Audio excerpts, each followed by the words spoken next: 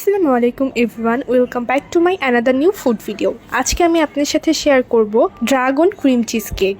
তো এই জন্য আমি প্রথমেই নিয়েছি প্রায় 1.5 কাপের মতো হুইপড ক্রিম। এই হুইপড ক্রিমটাকে আমি এখন বিট করে নিয়েছি। পুরো ভালোভাবে আমি বিট করিনি, হাফ বিট করেছি। তো এরপর আমি এখানে একটা ক্রিম চিজ বানিয়ে নিয়েছি। ক্রিম চিজের একটা ভিডিও আছে আমার পেজে, আপনারা চাইলে দেখে নিতে পারেন। তো এখন আমি এই ক্রিম চিজের থেকে প্রায় 4 টেবিল চামচ ক্রিম চিজ এই কেকটা ব্যবহার করব। তো এরই মাঝে আমি এখানে একটা মিক্সচার বানিয়ে নিব। এই মিক্সচারটা আমি ক্রিম চিজ কেকের যে ক্রিমটা ওটার মধ্যে ব্যবহার করবো। জন্য আমি 3 টেবিল চামচ গুঁড়ো দুধের মধ্যে 2 টেবিল চামচ পানি মিশিয়ে এরকম একটা পাতলা লেয়ার মতো বানিয়ে নিচ্ছি। এতে করে কিন্তু ক্রিম চিজের ফ্লেভারটা ভালো আসে, তাই আপনারা অবশ্যই এই গুঁড়ো দুধের মিক্সচারটাও দিবেন। এই ক্রিম চিজ কেকটার মধ্যে আপনারা পুরোপুরি ক্রিম চিজ কেকের ফ্লেভার না পেলেও প্রাথমিকভাবে এই ক্রিম চিজ কেকটা বানিয়ে দেখতে পারেন মুখের টেস্টের জন্য। কিন্তু পুরোপুরি ক্রিম চিজের যে ফ্লেভার সেটা আসবে না, আমি আগে থেকে বলে দিচ্ছি। তো এরপর আমি সেই হুইপড করে রাখা ক্রিমের মধ্যে দিয়ে দিয়েছি প্রায় 3 টেবিল চামচ সেই আমাদের তৈরি করে রাখা ক্রিম চিজ। এরপর আমি এখানে দিয়ে দিব ডানো ক্রিম। ডানো ক্রিম তো আপনারা অবশ্যই ব্যবহার করবেন। আমি এখানে প্রায় 3 চা চামচ ডানো ক্রিম ব্যবহার করছি।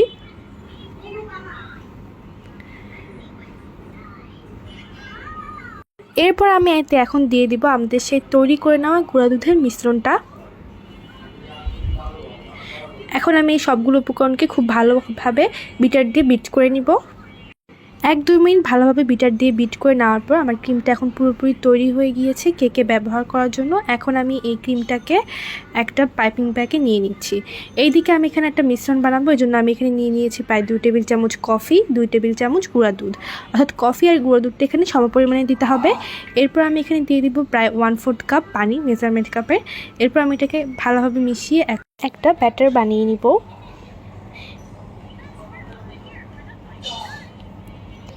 এরপর আমি এখানে নিয়েছি অরেঞ্জ বিস্কিট। আপনারা চাইলে অন্য যে কোনো ফ্লেভারের বিস্কিট নিতে পারেন। এখন আমি এখান থেকে এক একটা করে বিস্কিট নিয়ে সেই আমাদের তৈরি করে নেওয়া কফির মিশ্রণটার মধ্যে একটু একটু করে ভিজিয়ে নিব। এখন আমি এই ক্রিম চিজ কেকটাকে সেট করার জন্য ছোট ছোট এরকম কাপ ব্যবহার করেছি। আপনারা চাইলে বড় বাটিও ব্যবহার করতে পারেন। এরপর আমি এক একটা কাপে 2টা করে বিস্কুটকে এভাবে ভিজিয়ে ভিজিয়ে এই কাপগুলোর মধ্যে একে একে দিয়ে দিচ্ছি।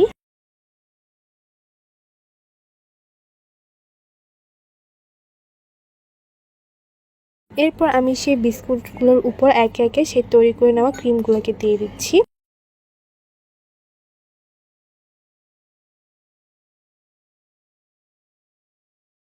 সবগুলা কাপের মধ্যে আমি একে একে ক্রিমগুলোকে দিয়ে এরপর আমি এটাকে ফ্রিজে 1 থেকে 2 ঘন্টার জন্য রেখে দিব সেট হতে। এরই মাঝে আমি কেকের উপরের জেলিটা বানানোর জন্য এখানে নিয়ে নিয়েছি ড্রাগন ফ্রুট। ড্রাগন ফ্রুটগুলোকে কেটে আমি জাস্ট এটার কালারটা নিয়ে বাকি যে ড্রাগনগুলো ছিল সেগুলোকে ছেঁকে নিয়েছি।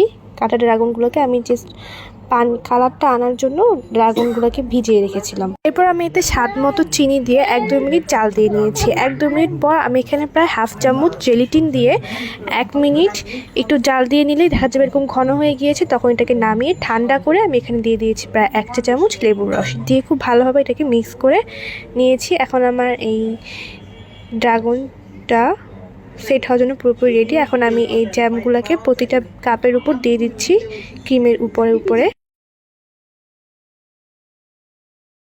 এরপর সবগুলো কাপের উপর আমি এই ড্রাগন যেটাকে সেট করে তার উপর আমি দিয়ে দিচ্ছি কিছু আস্ত ড্রাগন ফ্রুট এরকম কুচি করে কেটে রাখা। এতে দেখতে অনেকটা সুন্দর লাগে, তবে এটা অপশনাল, আপনারা চাইলে নাও দিতে পারেন। এরপর আমি এটাকে ফ্রিজে রেখে 3 ঘন্টার জন্য সেট হতে রেখে দিয়েছিলাম। 3 ঘন্টা পর আমার এখন এই ড্রাগন চিজ কেকটা পুরোপুরি রেডি হয়ে গিয়েছে, আপনারা দেখতে পাচ্ছেন।